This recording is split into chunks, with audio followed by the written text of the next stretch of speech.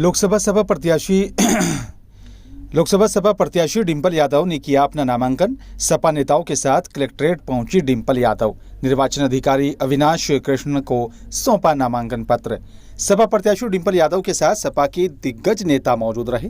नामांकन के दौरान सपा अध्यक्ष अखिलेश यादव, राष्ट्रीय महासचिव प्रोफेसर रामगोपाल यादव, शिवपाल सिंह यादव, जिला अध्यक्ष आलोक शाक्य रहे मौजूद। सपा अध्यक्ष अखिलेश यादव ने विपक्ष पर जमकर निशाना साधा है।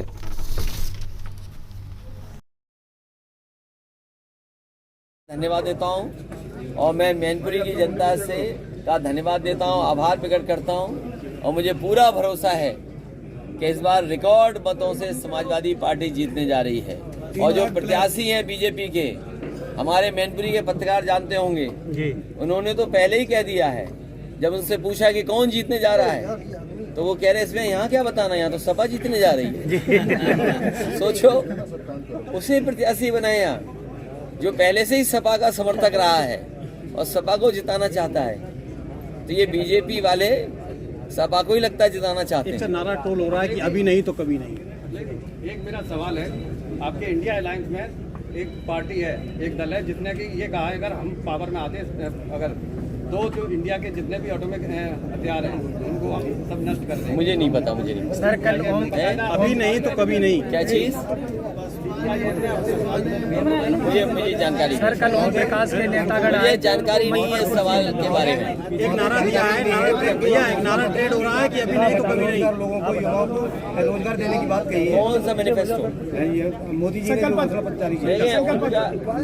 उनका जो है घोषणा पत्र, 15 लाख रुपए तुम्हारे अकाउंट में आ गए।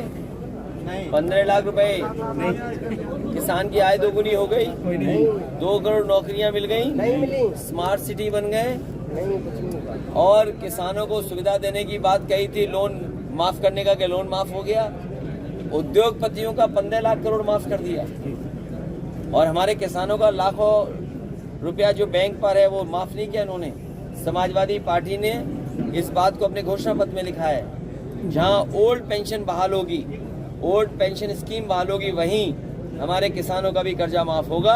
अगर उद्योगपतियों का कर्जा माफ हो सकता है तो हमारे किसानों का भी कर्जा माफ होगा। राष्ट्रीय अध्यक्ष जी, विपक्ष में सबसे ताकतवर आपको पार्टी अभी जो घोषणा 10 गारंटी की बात, नौकरी की बात है।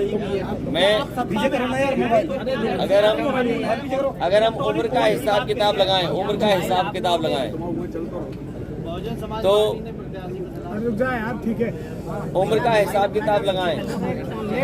2014 में जुमला आया था, तो 2014 में जुमला आया और 2024 में ये आई आपकी गारंटी और घंटी। तो जुमले से बड़ा कोई मामला है ये। जब जुमला पूरा नहीं हुआ तो गारंटी कैसे पूरी होगी? तो गारंटी तो 2 करोड़ नौकरी की थी, गारंटी किसानों की आय की थी, गारंटी MSP की थी, गारंटी सस्ती बिजली की थी, गारंटी हमारे खाने पीने के सामान की थी। और मैं आपसे जानना चाहता हूँ, 2014 में बताइए सबसे सस्ती चीज नमक थी और नमक की आज कीमत क्या है? तो जो 14 में नमक सस्ता था, आज बताओ कितना हो गया महंगा। सरसों की क्या कीमत थी, बाजार में क्या है और क्या सरकार दे पा रही है? आलू का किसान बर्बाद हो गया, गेहूं का बर्बाद हो रहा है, जबकि रेट दे सकते हैं, धान बर्बाद हो गया, कोई सुविधा नहीं किसानों को दी। दोबारा टेस्टिंग हुई है, दोबारा टेस्टिंग की गई है। इन्होंने कोई दूसरा ऐसा एक्सप्रेस वे नहीं बनाया जहां पर कहीं हवाई जहाज उतर सके। कम से कम समाजवादियों ने ऐसा तो कुछ काम किया है। और जिन सड़कों पे आप यहाँ चलते हो 4 लेन की, ये भी सब समाजवादियों की देन है। आप लड़ सकते हैं क्या? आपकी इच्छा है।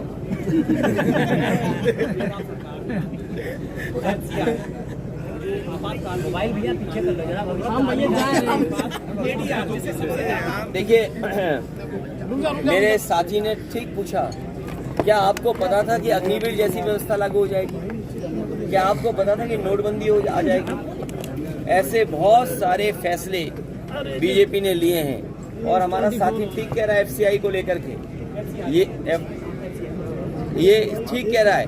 इसी तरह भंडारण के लिए प्रधानमंत्री कह रहे थे कि भंडारण की हम इंतजाम कर रहे हैं, लेकिन सरकारी भंडारण नहीं करेंगे, ये प्राइवेट भंडारण करेंगे। और जब प्राइवेट भंडारण होगा तो महंगाई फिर बढ़ेगी। ये देश जो 80 करोड़ लोगों को राशन दे रहा हो, वो क्या विश्व गुरु बनने में गया? उनसे कहिए नेशन फर्स्ट वालों से कि तुम्हें 80 करोड़ लोगों को खाना देना पड़ रहा है, ये नेशन फर्स्ट है क्या? अमेरिका का कॉपी कर लिया नारा। एक बार अमेरिका की वो भी नकल करके लाए थे भाषण। यूके के प्रधानमंत्री ने भाषण दिया था, उसकी भी नकल करके लाए थे मुख्यमंत्री जी। तो ये नकल करने वाले, इनके पास अपना कोई आइडिया नहीं है। सरकारी राशन सर गरीबों को बांट रहे हैं, तो क्या क्या गुलाम बनाने की कोशिश है क्या? सरकार इंतजार कर रही है इनका, और इनका जवाब अपने वोट के माध्यम से देंगे। उत्तर प्रदेश सहित पूरे देश से भारतीय जनता पार्टी का सफाया होने जा रहा है। उत्तर प्रदेश के मुख्यमंत्री का बयान आया है कि हम नेशन फर्स्ट पे लड़ रहे हैं और आप परिवार फर्स्ट। किसका है ये भारतीय जनता पार्टी के लोग, ये ताली थाली और घंटी बजाने वाले लोग, गारंटी की जो घंटी बजा रहे हैं, ये गारंटी नहीं है, ताली थाली वाली आवाज है ये जो गारंटी है।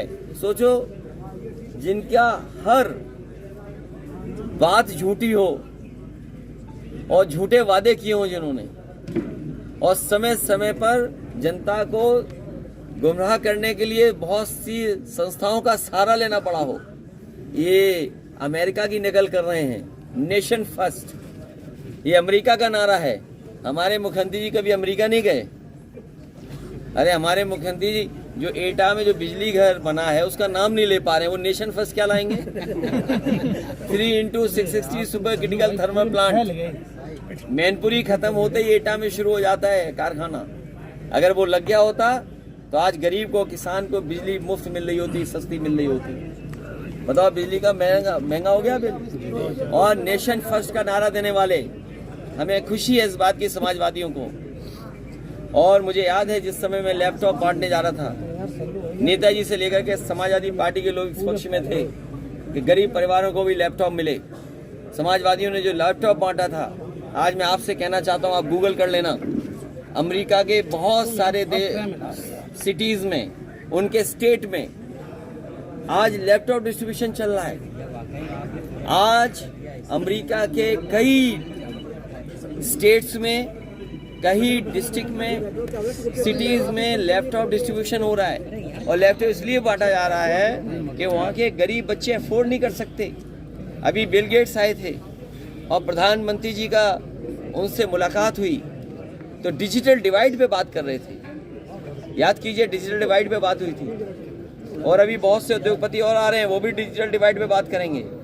अगर डिजिटल डिवाइड पर किसी ने काम किया तो समाजवादियों ने किया। ये नेशन फर्स्ट वाले केवल सड़कों से जानवर हटा दें, बस इनकी प्रायोरिटी हो कि सड़क पे जानवर न दिखाई दे। मैं इनका धन्यवाद देता हूँ। ये नौजवान जुझारू काम करना चाहते थे, अपने समाज को जगा करके अपने साथ वोट ला करके लड़ना चाहते थे, लेकिन देखिए आप, बीजेपी का फोन आया होगा, बसपा ने टिकट बदल दी। प्रसाद यादव को टिकट मिल गई सर। वो बीजेपी के फोन से बसपा ने टिकट बदली है। कन्नौज से अभी तक प्रत्याशी घोषित नहीं किया है आपने? बहुत जल्दी घोषित हो जाएगा। सर कल केशव जी आई थी मैनपुरी में, केशव प्रसाद जी आई थी, उन्होंने कहा समाजवादी पार्टी की। मैंने कार्यक्रम नहीं देखा जी, लेकिन मैंने उस कार्यक्रम की तस्वीरें देखी हैं जी। और तस्वीरें बताती हैं कि मंच तो थोड़ा बहुत थे लोग, लेकिन कुर्सियां सब खाली थी। कल केशव प्रसाद मौर्य ने और सुनने में आ रहा है कि जो हमारे मुख्यमंत्री जी आए थे दूसरे प्रदेश के, वो मैनपुरी का विकास देखने आए थे और वो विकास देख के गए हैं। मैं उन्हें भरोसा दिलाता हूँ कि रनवे से लेकर के एक्सप्रेसवे और ये 4 लेन सड़कें जो उन्होंने देखी होंगी मैनपुरी की, अगर उन्हें जरूरत पड़ेगी तो हम उनका सहयोग और मदद जरूर करेंगे और सुझाव देंगे जिससे वो भी विकास कर लें। अध्यक्ष केशव प्रसाद मौर्य ने कल कहा है कि समाजवादी पार्टी की साइकिल पंचर करके भेजेंगे। और देखिए, उनको मत गिनिए, कुछ नहीं है। केशव प्रसाद मौर्य ने कल कहा कि नेताजी का मोदी जी सम्मान करते थे, इसलिए वो नहीं आते थे चुनाव प्रचार में। अब केशव प्रसाद मौर्य ने कहा है कि नेताजी का सम्मान करते थे मोदी जी, इसलिए प्रचार में आते थे, इसलिए उनका गढ़ था, इसलिए वो जीतते थे। अब मोदी जी प्रचार करने आएंगे। अरे खुशी की बात है। प्रधानमंत्री ये भी बताने आएंगे कि क्या क्या काम यहाँ पर हुआ है, उन्होंने क्या क्या काम किया है। और सोचिए आप, जब होर्डिंग से उन्होंने अपने सभी प्रत्याशियों का और जो चेहरा गायब कर दिया, तस्वीर गायब कर दी, वोट पड़ेगा तो एक तस्वीर है वो भी गायब हो जाएगी।